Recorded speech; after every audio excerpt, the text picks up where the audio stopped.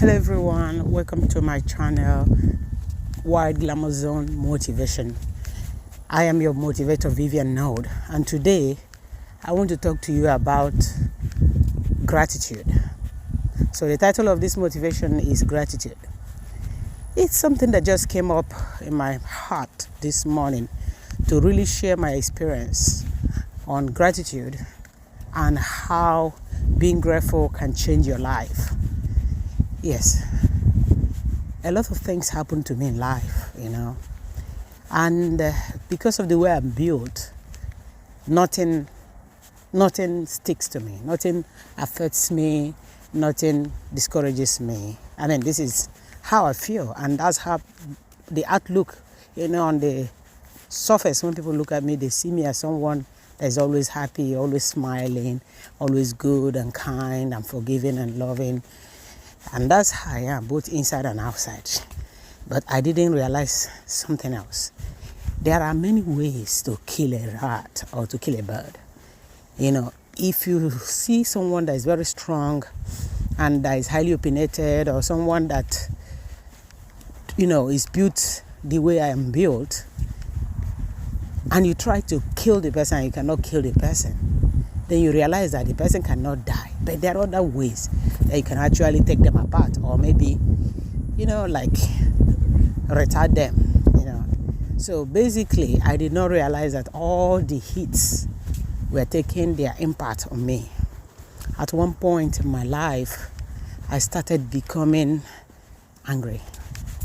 I spent most of the time just going through, my physical body and my heart was not actually going through those things. My physical heart, my heart and my awareness were not angry. They were not upset. They didn't feel a thing. But there was my mind, my brain was recording everything that happened. And I didn't realize how powerful that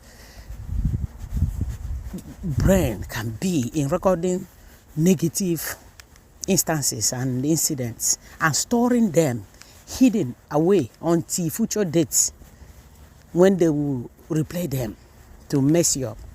So I didn't realize what was going on because I didn't fully have the kind of awareness that I have now, on the education that I have now, or I was not well read. I have not researched the human mind, the human brain, and the influence that negative things can have on human being, on their psyche. So I had no knowledge that past events or even present events can actually affect you in a way that you never expected. So what happened to me was that I felt good in my skin. I forgave many people. I did a lot of things when I started to realize that my health was going down and no medicine was responding. Nothing was healing me. Nobody could heal me. I realized that something was happening, that something has happened, that all the bad things that happened to me in life, that they were highly related to the health crisis I was going through. So all I needed to do was to clean up myself. So I felt that by meditating, by prayers, by forgiving everyone, and by accepting people the way they are, that it was enough to actually heal me completely and then propel me to the right direction. What I didn't realize was that just forgiving people, letting go and moving on, or forgetting the instances on your own just like that was not enough. I didn't realize it. So then I came by hazard, like the French people say, I came to a realization that there is more to, people just hurting you. When people hurt you and you forgive them and you move on, there are instances like when you are in the shower, or when you are cleaning your house, or when you are, reading or watching a very relaxing movie, that your mind starts to wander sometimes. Not just sometimes, most times. Find out sometimes when you are about to fall asleep, some of those things are replayed You have no control over it. It's not you. You don't want to remember them. You have forgiven the people, you have moved on, but those things come back. So those things, because they left their imprint, and in the subconscious mind, they are there recorded. So from time to time, you have a flashback, and that flashback kind of hurts you. They are called emotional wounds. Now, these emotional wounds, whenever you're in that mode, limits your ability to be grateful for who you are, for where you are, for what you have. And this is very, very, very destructive. So basically, this is the reason why, from my finding, based on my own personal experience, this is the reason why many people never get fully healed. This is the reason why many people never really reach their full potentials. This is the reason why many people never recover from past incidents, because as long as this record of past hurts, these emotional wounds keep repeating itself and flashing back in your memory, they reduce your ability to appreciate yourself, or appreciate God, or appreciate where you are and what you have. And the longer you stay in that moment, the longer it takes for you to get what you really want. Some people, they want to become rich, to become successful, or to travel, or to become known, like leave your mark on earth. They do everything. They do everything. They pray, they fast, they call God.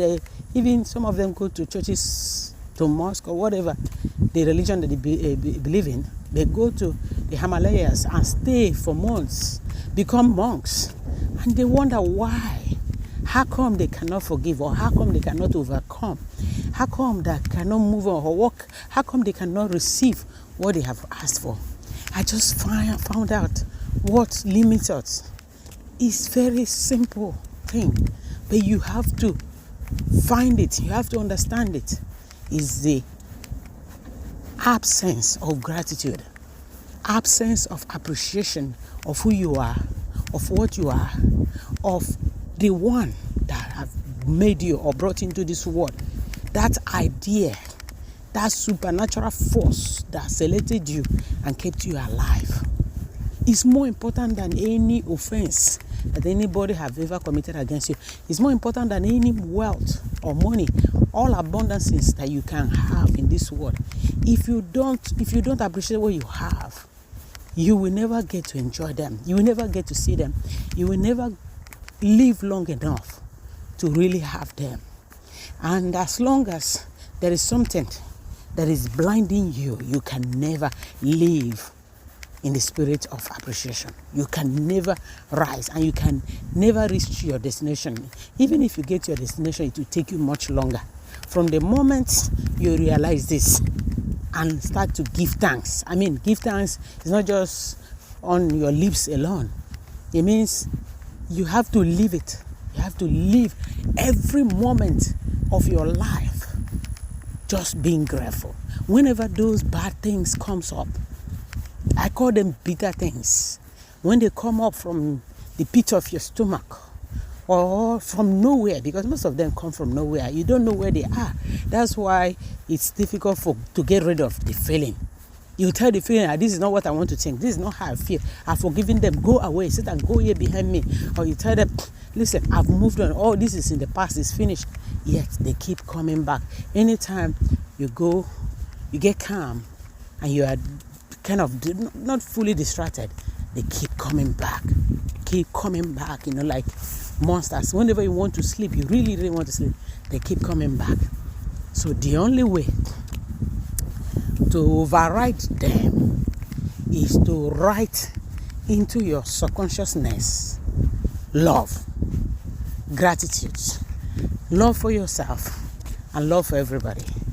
Forgiveness for yourself and forgiveness for everybody. But most importantly, gratitude. You must live in the moment by moment, with gratitude in your mind, gratitude in your heart, gratitude in your brain, gratitude in every action that you take, gratitude in your breath. Each time you breathe, you say, thank you, God, for this breath. Thank you for my life. Each time those thoughts comes, you always know when they're about, when they start, because they creep in quietly, but yet your awareness picks on them when they come. The problem is that most people, they tend to enjoy it because it's like a tape recorder that is replaying. It's like a video that is being replayed for you. In my own case, I have a very vivid imagination. So the images comes back. I see them like a video and I watch them. So if you are somebody who gets easily turned on by those type of things, you might be weak to switch off. So the secret is, once they get turned on, you turn on the attitude of gratitude. You turn on the emotion of gratitude.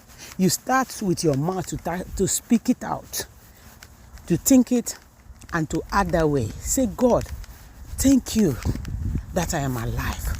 Start to imagine and think and visualize how amongst all the cells in the body of God, that your own cell was chosen as one of the cells to survive in this world and become you. How come among all the eggs in your mother's womb that you got fertilized, and among all the ones that swam to safety, that you are the only one that survived and was given birth to in this world? I mean, this is a critical thinker, serious critical thinker. It will blow away all those video of past annoying events or the record of them playing your head. If you visualize yourself for a long time, how you got so lucky to be the one that was selected to survive and be born into this world? Even if you're twins, how come you and your twin sister or brother, even if you're sisterplate, it doesn't matter how many people were born with you, just be grateful. Start thinking about it.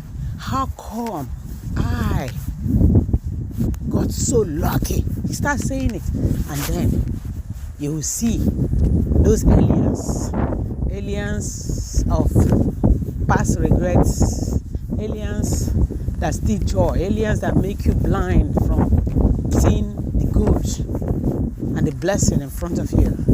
They will evaporate. If you continue to practice this attitude of gratitude, whereby you will find something at that moment that those aliens start to pop up in your head, maybe you find your clothes. I remember when you were in Macy's buying them, or you were in Saks Fifth Avenue buying them, or you were in the shoe warehouse, or whatever you love to shop. You remember the moment you flew to London, or when you were in Paris shopping, or people like me, I always get gifts when I shop. Whatever I shop, people give me all kinds of treats to encourage me to come back or to shop some more. So basically, remember the moment that you were gifted and how it felt to be gifted. For somebody to look at you and say, oh, the person didn't say, oh, she is rich or she has something she can pay. No need, I'm not going to give him anything, or I'm not going to give her anything. But they gave you something. It's amazing. Or somebody doesn't look at you and say, oh, she's too poor, no need for me to give her anything. She deserves her fate. And they actually give you. They share with you. So you find something. Or you look at your pot. You remember the meal that you prepared some time ago for your family and how they enjoyed it. And how grateful you were that they actually enjoyed this meal. Or you look outside in your patio and you see your flowers growing there, and you remember the scent of one of them, or how they feel and how they come back to life each time you water them. Find something. Remember the first time you met your husband, or the first time you got the news that you were pregnant with your child. for something that makes you happy, dwell on it, linger on it, speak it out, dance about it, or remember your favorite musician. Maybe it's Madonna, maybe it's Beyonce, Shakira, J-Lo, or Jay-Z. You know, it could be Michael Jackson, it could be John Legend. Think of your favorite motivator or talk show host like Oprah Winfrey, what she said, how she said it, how it changed your life. You know, think of the Dalai Lama, his quotes that turns you on, or Reverend Ike. You know, think of Neville Goddard. Imagination is the key, and start imagining yourself, you know, doing and being and having whatever you want just by believing it. So think of it and say to yourself, I would rather imagine good for myself. I would rather imagine all the blessings in my life, and automatically start imagining it. Think of God and how he said that we should ask for what we want, and that we should do unto others as we have them do unto us. And think of Jesus Christ. It is done unto us as we believe. So if you can remember, just find one of these things or any other thing that turns you on, that can turn you away from those distractive and destructive thoughts, and just jump back into the attitude of gratitude. That moment, that belief, that faith, that observation that there is more to life than past failures, and that your past failures does not define you. Your past failures does not define you. You are not your mistake. Rather, you are your future. You are your success. You will see your life change if you continue to practice this attitude of gratitude and use it as a weapon to distract yourself. Within a short time, I guarantee you that you will overcome. You will overcome and you will suppress, subdue, and completely eliminate those aliens of past failures, those aliens that blinds you. You will overcome them, you will override them, you will win them, and you will completely delete them, and you will start to live in the moment by moment of gratitude, appreciation, and then you will see the power of God. You will see the power of love. You will see the power of truth in your life. You will see the power of gratitude. You will see your healing instantly completed. You will see your breakthrough instantly come to you. You will see your wealth, every dreams that you have ever had, your wishes will start to come true. Your finances will improve. Your businesses will fall into place, and you will start to have multiple sources of income. You will generate so much wealth in this world that the world cannot hold all of them. No bank can contain them. All you have to do is to develop an attitude of gratitude.